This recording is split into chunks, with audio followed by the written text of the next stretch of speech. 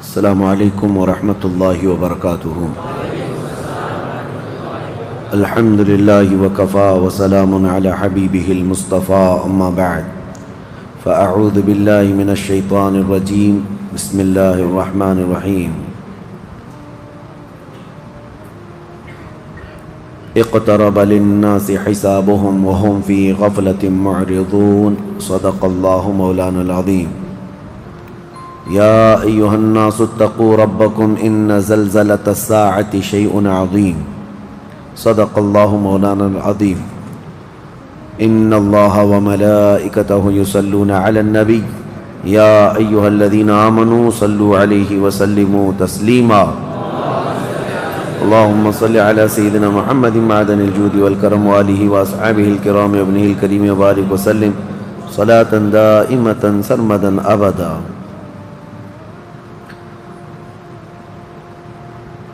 قیامت کے قریب پیش آنے والے معاملات جو اللہ کریم نے قرآن میں بیان فرمائے اور اس کے حبیب نے اپنی احادیث میں بیان کیے، ان میں سے اکثر علامات اب ظاہر ہونے لگ گئی ہیں۔ میں بڑی علامتوں کا آج ذکر کرتا ہوں۔ جنگیں بہت زیادہ ہونے لگ جائیں گی، مسلمانوں کا قتل عام بڑھ جائے گا۔ نبی پاک صلی اللہ علیہ وسلم کی احادیث کی روشنی میں حالات آپ کے سامنے رکھ رہا ہوں۔ قتل بڑھ جائے گا، جس کو حرج کہا گیا حدیث پاک میں، اور کثرت سے جنگیں ہونے لگیں گی۔ ہر جگہ مسلمان مغلوب ہو جائیں گے اور کفار و مشرکین غالب آنے لگیں گے۔ یہ وہی حالات ہیں جس کی طرف ہم ہانکے جا رہے ہیں۔ حد ہو گئی۔ آج میں نے جب یہ دیکھا، اندور شہر کے چھوٹے چھوٹے بچے اسکول کے تیسری یا چوتھی جماعت میں جانے والے 4 لڑکے مل کر کسی مندر کے پاس جاتے ہیں، اس میں ایک مسلمان لڑکا، باقی 3 ہندو ہیں۔ مسلمان لڑکے کو انہوں نے کپڑے کھول کر کے پیٹنا شروع کیا، مارنے لگے۔ چھوٹی سی عمر کے بچے ہیں، اور اس کے بعد اس سے کہنے لگے کہ ہمارے بھگوان کا نام لینا شروع کر دیں۔ یہ چیز جو عام طور پر ہو رہی ہے اب بچوں میں منتقل ہو گئی، یہ زہر۔ پھر اس کے بعد معاملات بڑھے، ان تینوں کو بھی اریسٹ کیا گیا، گرفتار کیا گیا۔ لیکن یہ زہر آ کیسے رہا ہے؟ چھوٹے بچوں کے دماغ میں۔ اسی طرح سے دلی کا ایک واقعہ، چھوٹی سی 10 سال کی ایک لڑکی بچی ہے، اسکول میں ایڈمیشن ہوا ہے، دوسرے ہی دن اس کو دوسری نان مسلم لڑکیوں نے تانا مارنا شروع کیا کہ مسلمان گندے ہوتے ہیں۔ وہ بھولی بھالی بچی اپنی ماں سے آ کر کے پوچھنے لگی کہ کیا ایسا ہوتا ہے کہ مجھے مسلمان ہونے پر لوگ اس طرح سے گالیاں دے رہی ہیں اسکول میں۔ انہوں نے انتظامیہ سے شکایت کی، پھر معاملہ آگے بڑھا۔ وہاں پر بھی کارروائی جو نام پر ہونی تھی ہوئی، لیکن میں یہ مثالیں اس لیے رکھ رہا ہوں کہ زہر اتنا بڑھ چکا، اب نیتاؤں میں نہیں، اب بڑے پہلوانوں میں نہیں، اب بچوں میں بھی یہ زہر آ گیا ہے۔ اور یہی حالات روزانہ آپ کو دیکھنے ہیں ابھی۔ اس کے لیے آپ اپنے ذہنی طور پر تیار ہو جاؤ۔ منافقت مت کرنا۔ قیامت کے قریب ہم آزمائش کے دور میں آ چکے ہیں۔ جب بچوں میں یہ زہر بھر دیا گیا ہے تو اب یہ بچے جب جوان ہوں گے تو یہ اور زیادہ زہریلے ہو جائیں گے۔ وہ چہرہ بھی ہمارا دیکھنا پسند نہیں کریں گے، کیونکہ ماحول ایسا بنایا جا رہا ہے۔ اس ماحول کے بنانے میں بہت ساری چیزیں ذریعہ ہیں، فلمیں بھی ہیں، سیریلز بھی ہیں، انٹرنیٹ بھی ہیں، سوشل میڈیا بھی ہے، نیتاؤں کے بھاشن بھی ہیں، اور کٹر سادھوؤں کے پرووک کرنے کے طریقے بھی۔ یہ سب چیزیں مل کر کے بچوں کے دماغ کو زہریلا بنایا جا رہا ہے۔ اب یہ صرف اور صرف ہمارے ملک کا مسئلہ نہیں، یہ پوری دنیا کا مسئلہ ہے۔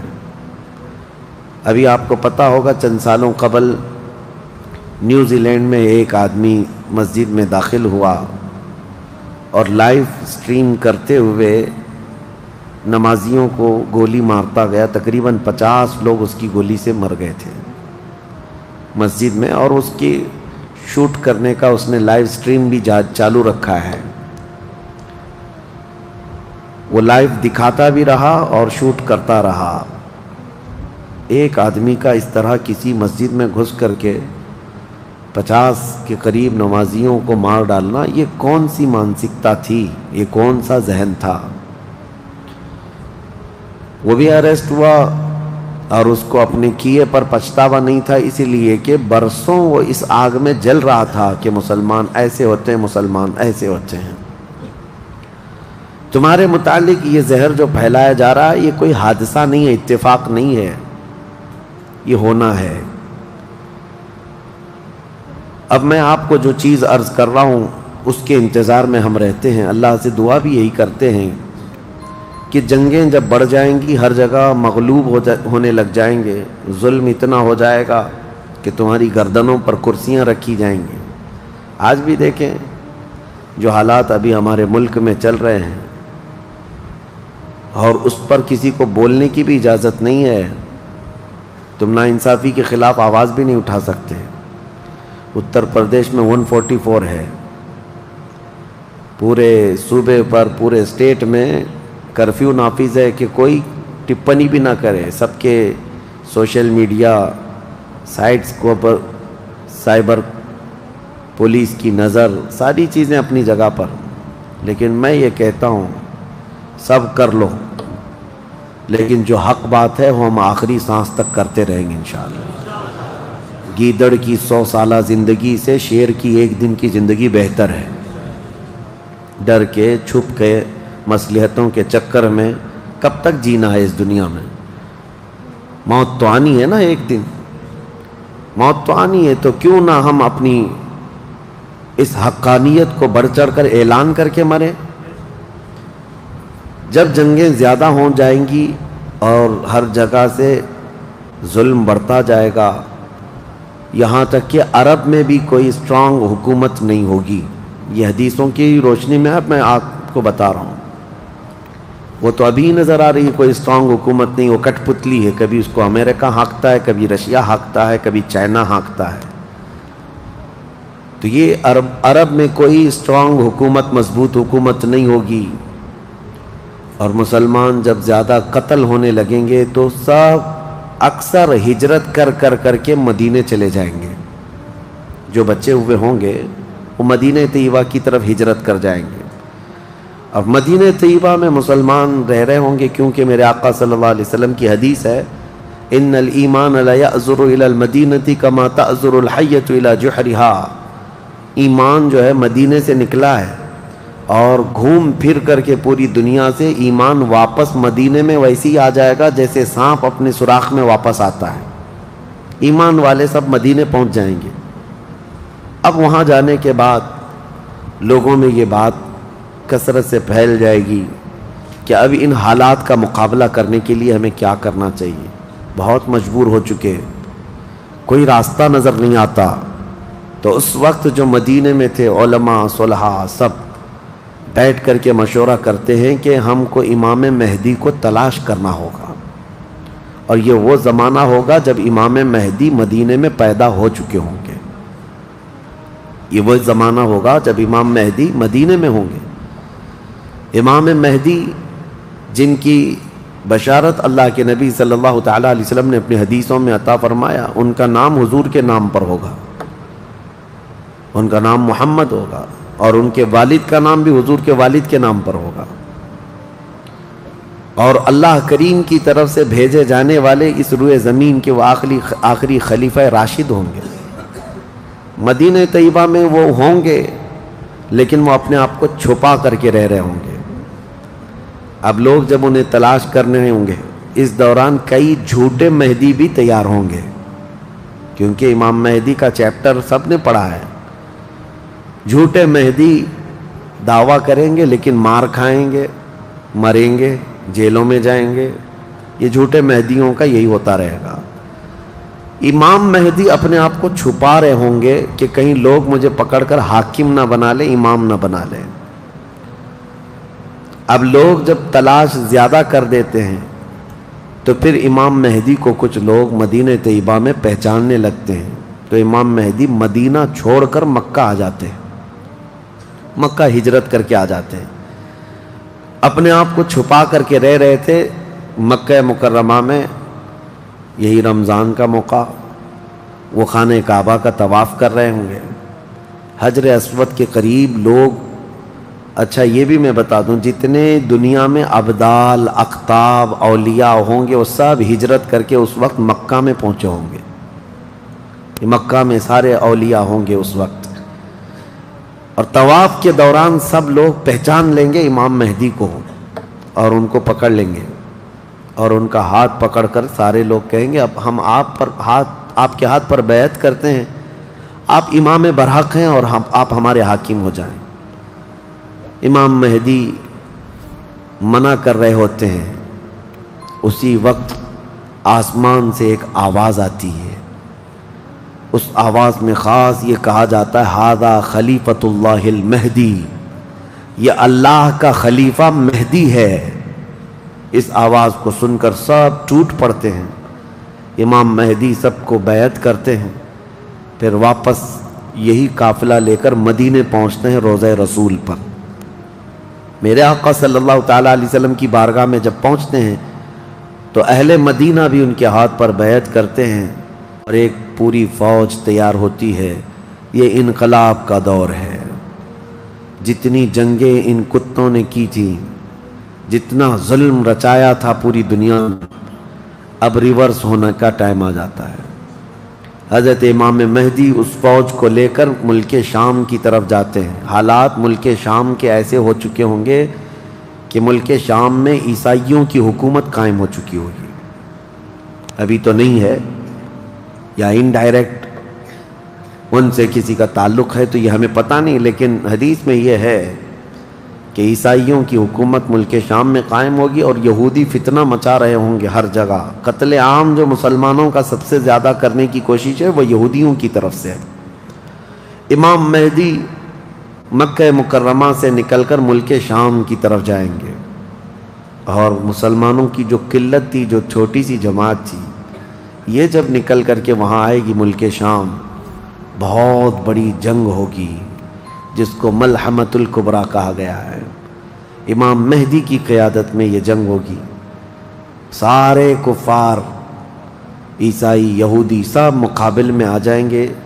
ان کی تعداد جو حدیث میں بتائی گئی ہے وہ 80 جھنڈوں کے نیچے آئیں گے، اور ہر جھنڈے کے نیچے 12,000 لوگ ہوں گے۔ اور یہ مسلمانوں کی نہیں ہے، یہ کفار و مشرکین کی، تقریباً یہ 9,60,000 کی تعداد بنتی ہے کفار و مشرکین کی، 9,60,000۔ مسلمانوں کی تعداد کتنی ہوگی یہ تو نہیں پتا۔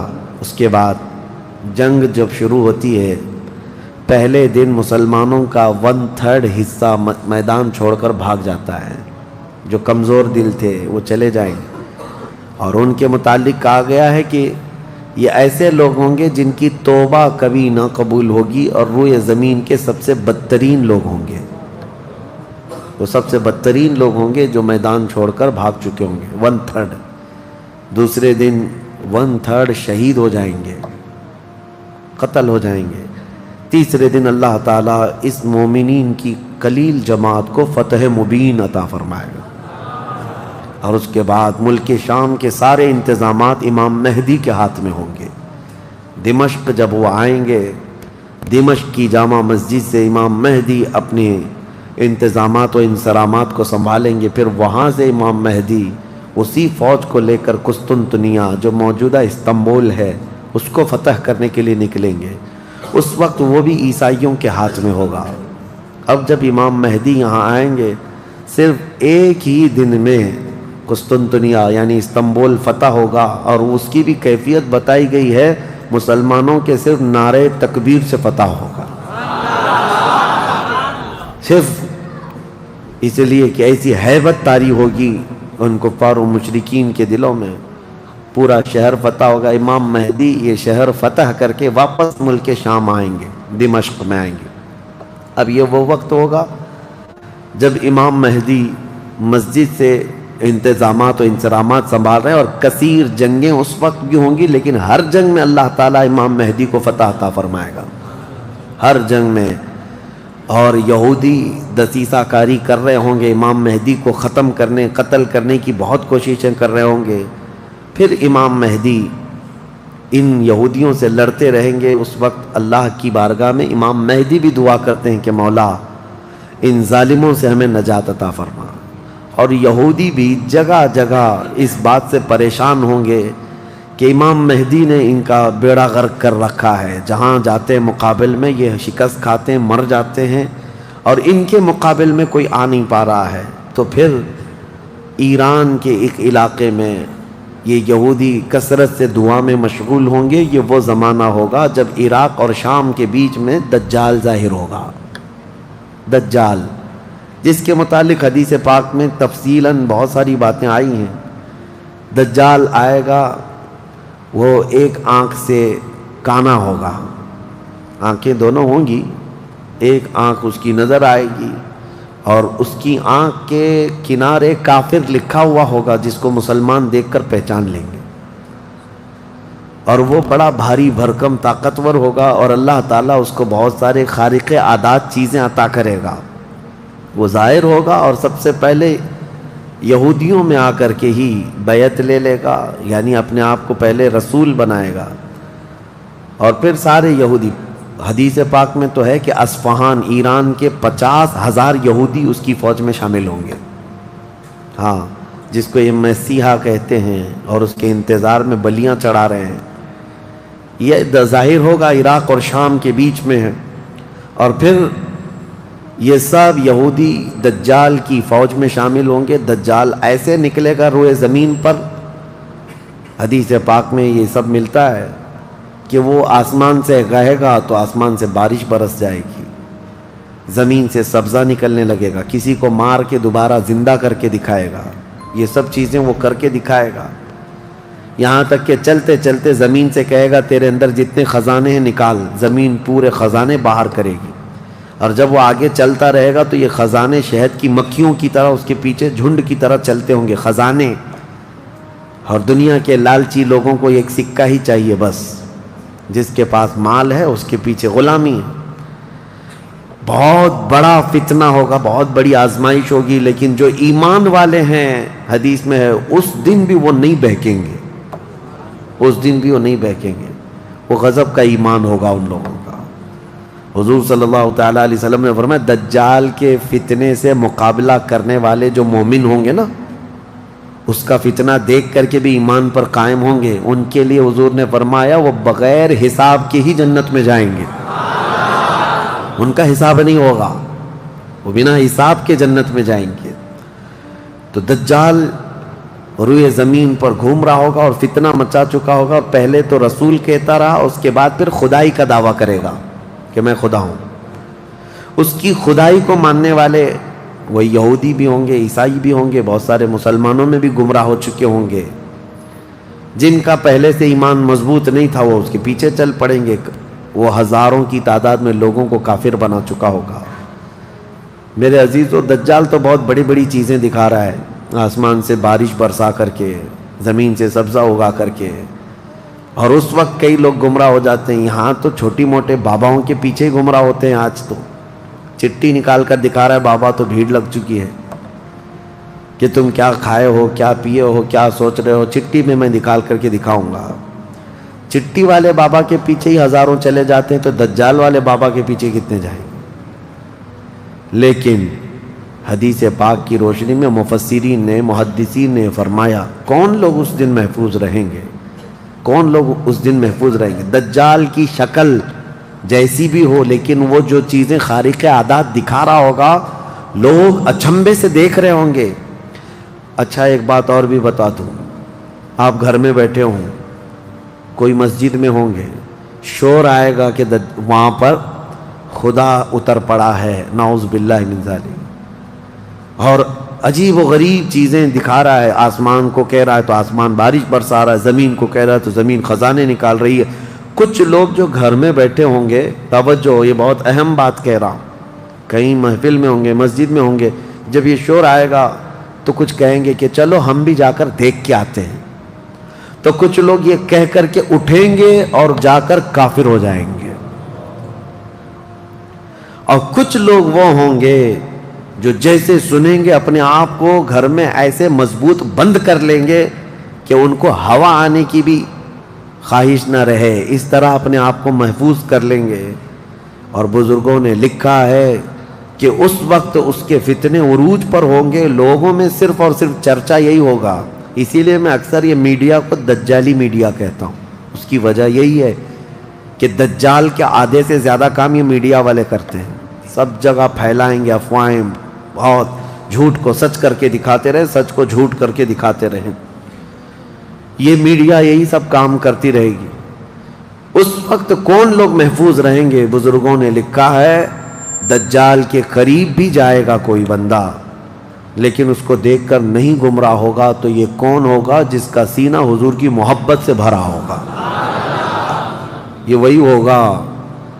وہی ہوگا جس کے لیے اعلیٰ حضرت نے فرمایا نا، تیرے قدموں میں جو ہیں غیر کا منہ کیا دیکھیں، حضور کے قدموں میں جو پڑے ہیں وہ غیر کا منہ کیا دیکھیں، کون نظروں میں جچے دیکھ کے تلوا تیرا۔ اب یہ دجال گھومتا ہوا جب فتنہ بہت برپا کر چکا ہوگا، مکہ جائے گا، پہلے یہ یمن جائے گا، یمن میں بھی بہت فتنہ پھیلائے گا، اس کے بعد پھر مکہ آئے گا، مکہ کی سرحدوں کو اللہ تعالیٰ فرشتوں سے محفوظ کر رکھا ہوگا، فرشتے اسے داخل ہونے نہیں دیں گے، ماریں گے اور داخل نہیں ہو سکے گا۔ پھر مدینہ جائے گا، مدینہ طیبہ اپنی پوری فوج لے کر کے داخل ہونے کی، 2 شہروں کے علاوہ پوری دنیا کے ہر شہر گھومے گا، ہر شہر گھوم چکا ہوگا 2 شہروں کے علاوہ، مکہ مکرمہ، مدینہ طیبہ۔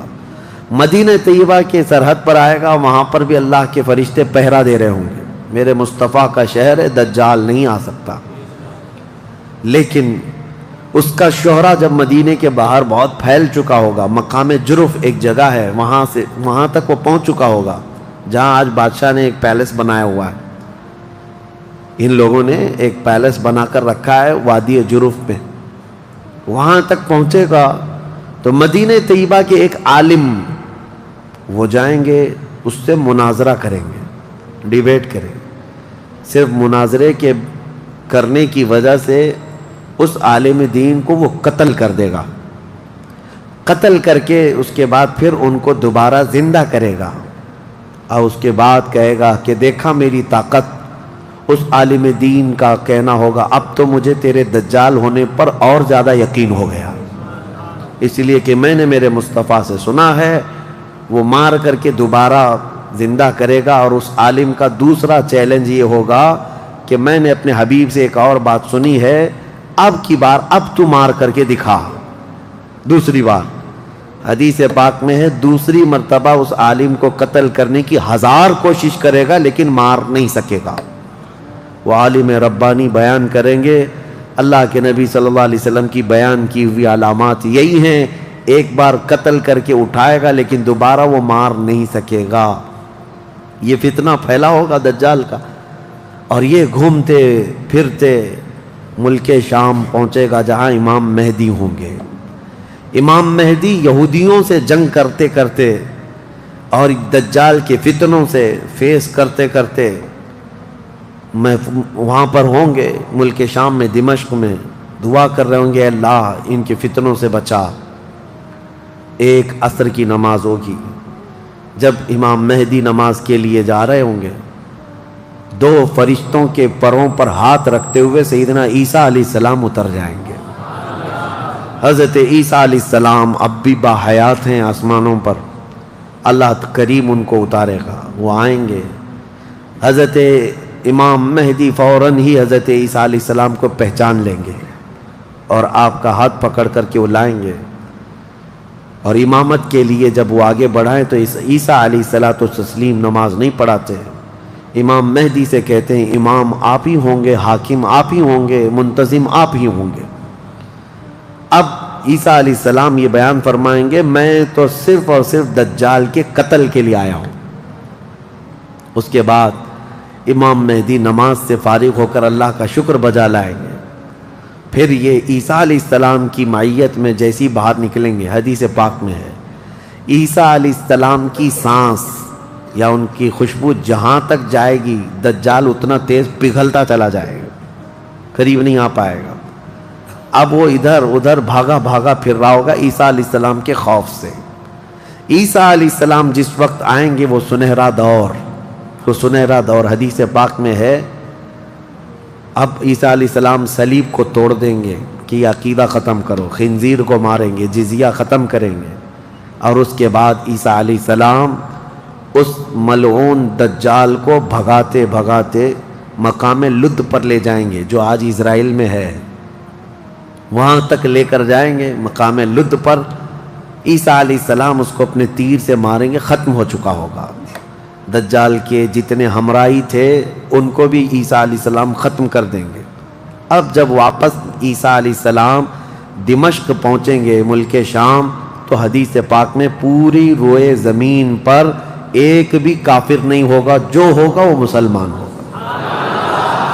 یہ وہ وقت ہے جس کا وعدہ اللہ نے قرآن میں فرمایا، هو الذی ارسل رسولہ بالہدی ودین الحق لیظہرہ علی الدین کلہ، وہی اللہ ہے جس نے اپنے رسول کو ہدایت کے ساتھ بھیجا ہے تاکہ اپنے دین کو ساری دنیا پر غالب کرے۔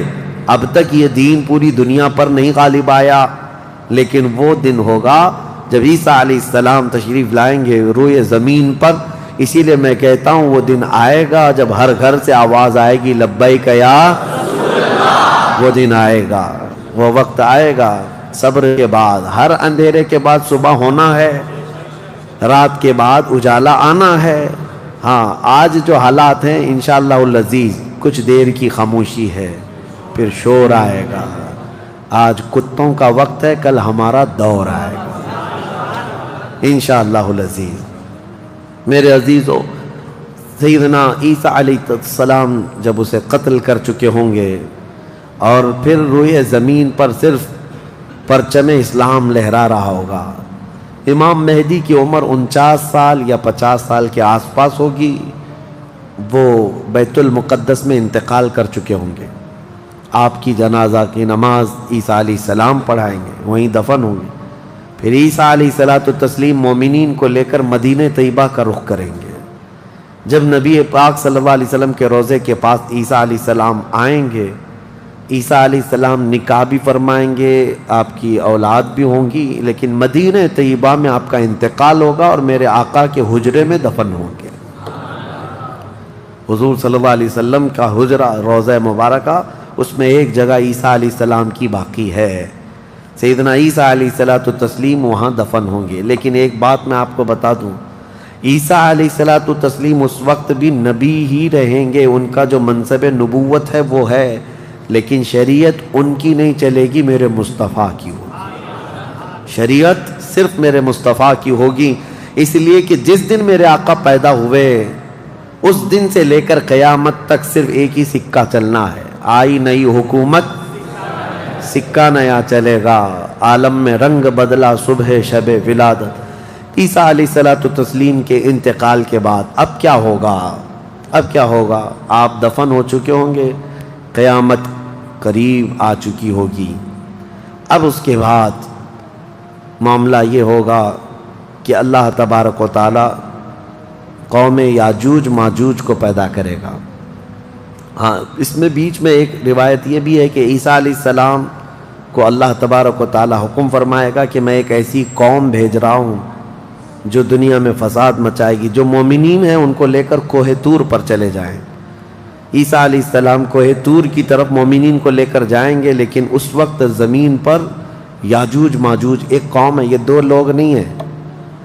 بہت سارے لوگوں کے ذہن میں ایسی بات آتی یاجوج ماجوج دو آدمی ہوں گے، دو آدمی نہیں، یہ بہت بڑی فوج ہے، بہت بڑی فوج ہے، اور یہ ابھی موجود ہے۔ یافس بن نوح کی اولاد میں سے یہ ایک جزیرے میں قید ہے، وہ واللہ عالم، لیکن قرآن میں 16ویں پارے میں اس کا ذکر ہے کہ حضرت سکندر ذوالقرنین نے ایک لوہے کی پگھلا کر کے پہاڑوں کے بیچ دیوار بنا کر ان کو قید کر رکھا، یہ قوم آ نہیں سکتی۔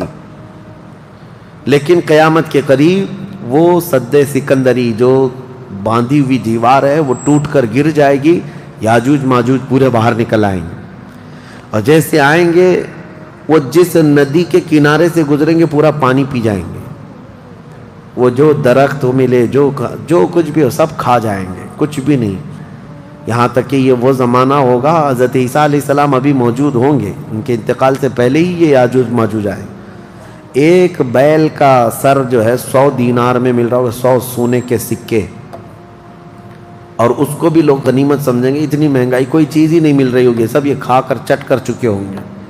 پھر عیسیٰ علیہ السلام کی دعا سے ہی اللہ کے نبی عیسیٰ علیہ السلام یہ عرض کریں گے، مولا اس ظالم یاجوج ماجوج سے ہمیں نجات عطا کر۔ اللہ تبارک و تعالیٰ ایک بیماری ان کی گردن میں پیدا کرے گا، وائرس آئے گا ان کو بھی، یاجوج ماجوج کو، اور اللہ عالم اس وقت کا کون سا کورونا ہوگا، کون سا آئے گا، لیکن اس وائرس سے ایک ہی دن میں وہ پوری فوج مر جائے گی، اور مرنے کی وجہ سے پوری روئے زمین پر اتنی بدبو پھیل جائے گی، تعفن، اٹھانے والا کوئی نہیں ہے ان کی لاشیں۔ تو پھر یہ بھی ملتا ہے روایت میں کہ اللہ تعالیٰ لمبی بڑی گردنوں والے پرندے بھیجے گا، وہ پرندے ان کی لاشیں اٹھا اٹھا کر کے جنگلوں کی طرف چلے جائیں گے، پھر اللہ تعالیٰ بارش برسائے گا، اتنی تیز بارش برسے گی کہ پوری زمین پاک ہو چکی ہوگی، یاجوج ماجوج کا فتنہ ختم ہوگا، عیسیٰ علیہ السلام کا انتقال ہوگا، پھر اچانک ایک جانور باہر آئے گا جس کو دابۃ الارض کہا گیا ہے، یہ آئے گا، یہ آ کر کے اپنے ایک ہاتھ میں موسیٰ علیہ السلام کا عصا اور ایک ہاتھ میں سلیمان علیہ السلام کی انگوٹھی، یہ دونوں لے کر کے زمین پر گھومتا رہے گا۔ جو مومن ہوگا اس کی پیشانی پر سلیمان علیہ السلام کی انگوٹھی سے نشان لگا دے گا، جو کافر ہوگا موسیٰ علیہ السلام کے عصا سے اس پر لکیر کھینچ دے گا، جس کے لیے وہ نشانی لگا دیا وہ اسی حالت میں مرے گا۔ اور اس کے بعد پھر حدیث پاک میں ہے دابۃ الارض چلا جائے گا، پھر ہوگا یہ کہ ایک دن لوگ تھک کر کے سوئے ہوں گے، دھواں دھواں نظر آتا رہے گا، ہر جگہ دھواں دھواں، لوگ پریشان ہوں گے، اور اس کے بعد سوئیں گے تو رات اتنی لمبی ہوگی کہ لوگ اکتا جائیں گے، سو کر اٹھیں گے پھر سوئیں گے، سو کر اٹھیں گے پھر سوئیں گے، بچے جو ہے چیخ مارتے رہیں گے، اور پھر جانور اپنی کھیتیوں کی طرف بھاگنے کے لیے بے قرار ہوں گے، لیکن رات لمبی ہوگی، 3 راتوں کے برابر ایک رات ہوگی، 3 بڑی راتوں کے برابر ایک رات کٹتی نہیں ہوگی، لوگ تھک چکے ہوں گے سو کر کے، اس کے بعد پھر اچانک چھوٹی چھوٹی روشنی آئے گی سورج کی، لوگ چیخ مارتے ہوئے خوشیوں سے باہر آ جائیں گے کہ اجالا آ گیا۔ پہلے تو لوگوں کو یہ لگ رہا تھا کہ اب اندھیرا ہے، اب سورج آئے گا ہی نہیں، لیکن جیسی روشنی آنے لگے گی سب بھاگ کر کے باہر آئیں گے، لیکن دیکھیں گے اس وقت تو سورج جو ہے پچھم کی طرف سے نکل رہا ہوگا۔ ابھی سورج کہاں سے نکلتا ہے؟ پورب، ایسٹ سے نا، مشرق سے، اس دن سورج ویسٹ کی طرف سے، مغرب کی طرف سے نکل رہا ہوگا، پچھم کی طرف سے، پہلے ہلکا ہلکا نکلے گا سورج۔ یہ دیکھ کر کے جو لوگ بہت لمبا سو کر کے آئے ہوں گے گھبرا جائیں گے کہ آج کیا ہوا، یہ وہ دن ہوگا کہ میرے آقا نے فرمایا توبہ کا دروازہ بند ہو چکا ہوگا، اس کے بعد پھر کسی کا ایمان بھی قبول نہیں، کسی کی توبہ بھی قبول نہیں، یہ لاسٹ دن ہے توبہ کا۔ لاسٹ دن کیا، اس سے پہلے جو گزری رات لاسٹ تھی، رات لاسٹ تھی۔ سورج نکل کر کے آئے گا دھیرے دھیرے دھیرے، اس کے بعد دوپہر کا وقت جتنا ہوتا ہے اتنے وقت تک وہ آئے گا، اور اس کے بعد پھر واپس مغرب کی طرف ہی چلا جائے گا۔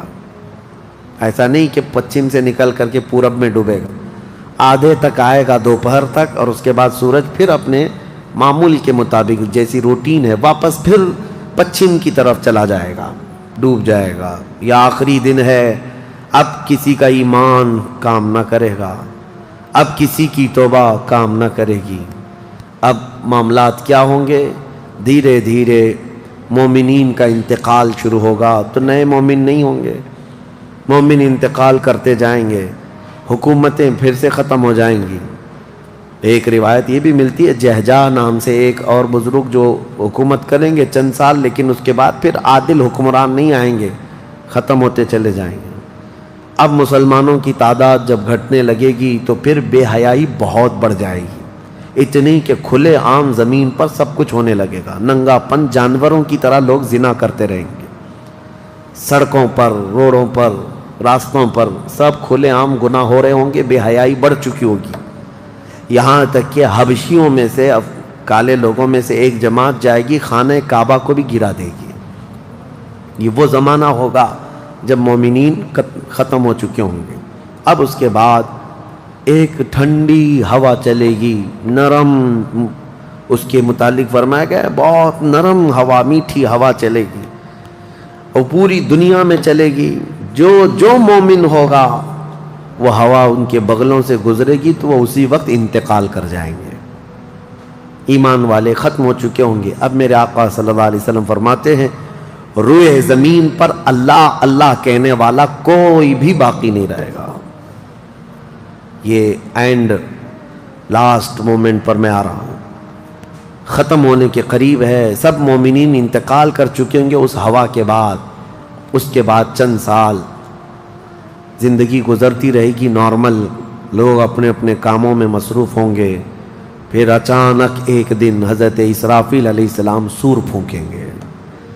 یہ سور ایک باجے کی شکل کی چیز ہے، دھیمی دھیمی آواز اس کی بڑھتی جائے گی، اب یہ آواز اتنی تیز بڑھے گی کہ دھماکہ ہوگا پوری زمین پر، زلزلہ آ جائے گا، اتنا بڑا زلزلہ آئے گا کہ قرآن میں ہے یوم ترونہا تذہل کل مرضعۃ عما ارضعت وتضع کل ذات حمل حملہا، تم اس دن دیکھو گے حمل والی عورتوں کے پیٹ سے بچے باہر آ جائیں گے۔ ہر آدمی جو دودھ پلانے والی ماں جو ہے بچے کو لے کر بیٹھی ہوگی، اس آواز پر وہ بچے کو اٹھا کر پھینک دے گی۔ کوئی ماں اپنے بچے کو پھینکے گی؟ لیکن وہ دن ہوگا جب ماں اپنے بچے کو پھینک دے گی، حاملہ عورت اس کا پیٹ نکل کر کے بچہ باہر آ چکا ہوگا، لوگ جو کام کر رہے ہوں گے وہیں پر سب اپنے کام چھوڑ چکے ہوں گے، اور اس کے بعد پھر اسی سور کی آواز کے بڑھتے بڑھتے جب زمین میں زلزلے آئیں گے سب ختم ہو چکے ہوں گے، سب کی موت ہوگی۔ پھر اللہ فرماتا ہے وَتَكُونُ الْجِبَالُ كَالْعِهْنِ الْمَنْفُوشِ، پہاڑوں کو دھنی ہوئی روئی کی طرح اڑایا جائے گا۔ اِذَا الشَّمْسُ كُوِّرَتْ وَإِذَا النُّجُومُ انْكَدَرَتْ وَإِذَا الْجِبَالُ سُيِّرَتْ، جب تم دیکھو گے سورج کو کالا کر دیا جائے گا، تارے آپس میں ٹکرا دیے جائیں گے، پھاڑ دیے جائیں گے، اور سمندروں میں آگ لگا دی جائے گی، یہ سب پوری دنیا تہس نہس ہو چکی ہوگی، ختم، یہ قیامت ہے۔ اس کے بعد پھر سارے جب فنا ہو چکے ہوں گے، اللہ تعالیٰ اسرافیل علیہ السلام کو بھی موت عطا کرے گا، اور روح نکالنے والے فرشتے عزرائیل علیہ السلام کو بھی موت عطا کرے گا۔ اب کون باقی رہے گا؟ کل من علیہا فان وَيَبْقَى وَجْهُ رَبِّكَ ذُو الْجَلَالِ وَالْإِكْرَامِ، ہر شے فنا ہو چکی ہوگی، باقی رہنے والی ذات صرف تمہارے رب کی ہوگی۔ اس کے بعد مولا کریم کو جب منظور ہوگا اسرافیل علیہ السلام کو اٹھائے گا، اور پھر سور پھونکنے کا حکم ہوگا، دوبارہ سور پھونکا جائے گا۔ اب وہ جو منظر ہے وہ ایک الگ دنیا ہے، وہ ایک الگ دنیا ہے، عالم آخرت ہے۔ جب سور پھونکا جائے گا تو آدم علیہ السلام سے لے کر قیامت تک جتنے انسان جنات آئے تھے سب کو اٹھایا جائے گا۔ حدیث پاک میں ہے اب وہ دوسرے سور سے، نفخہ ثانیہ سے سب سے پہلے جو اٹھے گا میرے آقا صلی اللہ علیہ وسلم اپنی قبر سے اٹھیں گے۔ حضور نے فرمایا دوسرے سور کے بعد میں اپنی قبر سے اس طرح اٹھوں گا کہ میرا ایک ہاتھ ابو بکر کے کندھے پر ہوگا، دوسرا ہاتھ عمر فاروق کے کندھے پر ہوگا۔ اس شان سے میرے آقا صلی اللہ تعالیٰ علیہ وسلم میدان قیامت میں آئیں گے، اور اس کے بعد کے جو مناظر ہیں ہر آدمی کو کھڑا کر دیا جائے گا، ہر انسان کو میدان میں کھڑا کر دیا جائے گا، اور تمہیں چاہے تم کو مٹی کھا چکی ہو، تم کسی کی غذا بن چکے ہو، تم کو جلا دیا گیا ہو، تم کو پانی میں غرق کر دیا گیا ہو، کسی بھی حالت میں ہو، اور رب قدیر فرماتا ہے جب ہم نے تم کو نطفے سے پیدا کیا پورا انسان، تو تمہارے جلا کر خاک ہو جانے کے بعد تمہاری راکھ سے بھی وہ تم کو دوبارہ زندہ اٹھائے گا۔ جب تمہیں زندہ اٹھایا جائے گا پھر یہ میدان ہوگا، یہاں پر جو کھڑا کر کے حساب کتاب کا دن ہوگا وہ 50,000 سال کے برابر کا ہوگا۔ اب یہ ایک لمبی داستان ہے میرے عزیزو، وہاں کے جو حالات ہیں۔ اس دن ایک آواز آ رہی ہوگی جس کو قرآن میں اللہ نے فرمایا لمن الملک اليوم، اللہ فرمائے گا آج کی بادشاہت کس کی ہے، آج کی بادشاہت کس کی ہے؟ پھر مولا خود فرماتا للہ الواحد القہار، ایک قہر کرنے والے خدا کی آج حکومت ہے۔ جو اکڑتے تھے، جو گھمنڈ کرتے تھے، سب کو کھڑا کیا جا چکا ہوگا، اور فرشتے پکار رہے ہوں گے این الجبارون این المتکبرون، کہاں ہیں غرور میں چلنے والے، کہاں ہیں اکڑ میں رہنے والے، سب جمع ہو جاؤ۔ سب کے گناہ ان کی پیشانیوں سے ظاہر ہو رہے ہوں گے، کسی کو داغ داغ کر کے فرشتے نشان بنا رہے ہوں گے کہ یہ چور ہے، یہ زانی ہے، یہ شرابی ہے، یہ حرام خور بھی کرتا رہا۔ سب کی الگ الگ نشانیاں بنائی جا رہی ہوں گی۔ اس بھرے محشر کے میدان میں ہمارے لیے کون ہے میرے عزیزو؟ ہم اسی رب ذوالجلال کو منانے کے لیے آج آئے ہیں۔ اس تصور کے ساتھ اب ہم کھڑے ہو کر اس کا ذکر کریں گے کہ مولا آج ہم تجھے منا رہے ہیں، تو ہم سب سے صلح فرما لے، کل بھری قیامت کے دن ہمیں ننگا اور ذلیل ہونے سے محفوظ فرما لے، اور قیامت کا دن ہوگا انشاءاللہ العزیز میرا رب اسی ذکر کی مجلس کی برکت سے ہماری بخشش کا اعلان فرمائے گا۔ وہ دن کتنا خوبصورت ہوگا، ذرا تصور کرو کہ اس ذکر کی مجلس کو اللہ تعالیٰ ذریعہ بنائے، اور قیامت کے دن جب سب کھڑے ہوں گے لاکھوں کی تعداد میں، اور تمہارا نام پکارا جا رہا ہوگا فلاں کا بیٹا فلاں کہاں ہے، تم گردن اونچی کر کے دیکھ رہے ہوں گے کیا ہے میرے حساب میں، کیا ہے میرے پلے میں، تو فرشتے کہیں گے اللہ کی طرف سے حکم آیا ہے، تیرے لیے جنت ہے، تیرے لیے جنت ہے۔